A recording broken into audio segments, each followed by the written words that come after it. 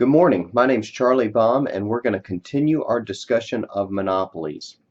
In this discussion, we're going to compare monopolies to perfectly competitive markets. We're going to make this comparison in terms of which one is better.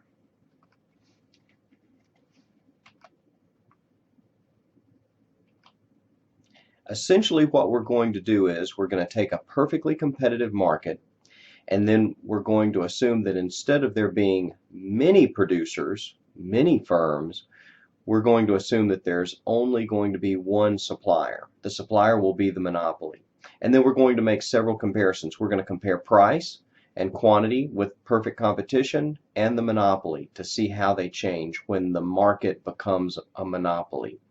We'll also compare perfectly competitive markets and monopolies in terms of consumer surplus, producer surplus, and total economic surplus.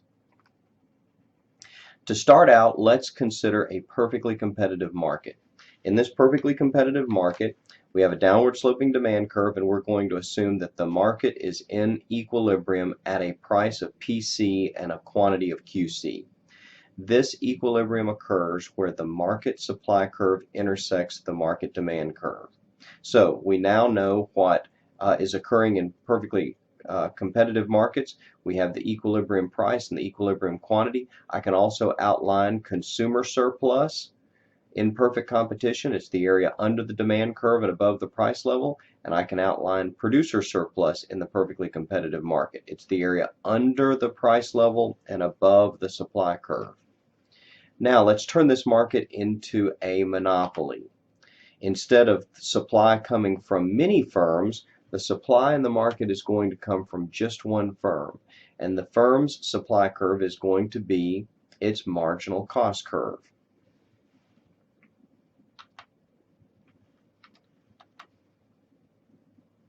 To this graph for the monopoly on the right-hand side, let's add the demand curve.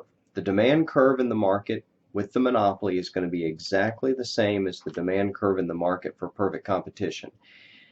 Where the monopoly's graph begins to differ is when we draw the marginal revenue curve. You'll recall from our previous discussion that the marginal revenue curve lies under the demand curve. In particular, the marginal revenue curve has twice the slope of the demand curve. So with our blue demand curve drawn, we can now graph the monopoly's marginal revenue curve. And there it is. It's light blue, and it's got twice the slope. The monopoly will maximize profits by producing the quantity where marginal cost equals marginal revenue. And we'll see that in the next slide. This will be at a quantity of QM and at a price of PM. The monopoly produces the quantity where marginal cost equals marginal revenue and then goes up to the demand curve to identify the price at which consumers will demand that profit maximizing quantity. And this occurs at a price of PM. So now we can compare perfect competition with monopoly. One thing you'll notice is that with monopoly, the price goes up. The monopoly charges a higher price. The monopoly uses its market power to charge a higher price. And the monopoly sells fewer units of output. The quantity in the market goes down. The monopoly raises market price by reducing the quantity that it sells. Next, let's consider consumer surplus.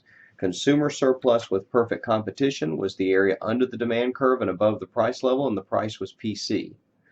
Consumer surplus is defined the exact same way with monopoly. The only difference is the price consumers face is PM. So consumer surplus is the area under the demand curve and above the monopoly's price level. Let's look at producer surplus. In perfect competition, producer surplus was the area above the supply curve and below the price level. It's the same thing in monopolies. The only difference is the price level is PM. So it's the area under PM and above the supply curve, but this is only for units that the monopoly actually sells. It's not for units to the right of QM because those represent units that the monopoly does not produce or sell. So clearly, consumer surplus has gone down, And producer surplus has changed, and we're going to assume that it has gone up. We're going to assume that it's gone up, or else the monopoly would not have raised price. Essentially, the box that I'm striping in, which represents increased producer surplus, is bigger than the triangle that I'm dotting in. And so that means that the monopoly's producer surplus has gone up.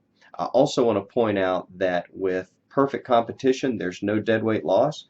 All the units for which consumers have a value that's greater than the cost of production get produced and consumed. But in monopoly, there is deadweight loss. I'm shading in, or I'm outlining a triangle that used to be economic surplus, but now with the monopoly, it's deadweight loss. Half of the triangle used to be consumer surplus, and now it's deadweight loss. And half of this triangle used to be producer surplus, and now it's deadweight loss. This triangle is deadweight loss because it represents economic surplus that is lost. This is an area that could have been economic surplus because the value to consumers of these units, represented by the height of the demand curve, is greater than the cost of producing these units to the monopoly, which is represented by the height of the marginal cost curve.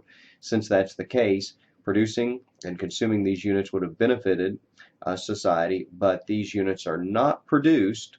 The monopoly does not produce them.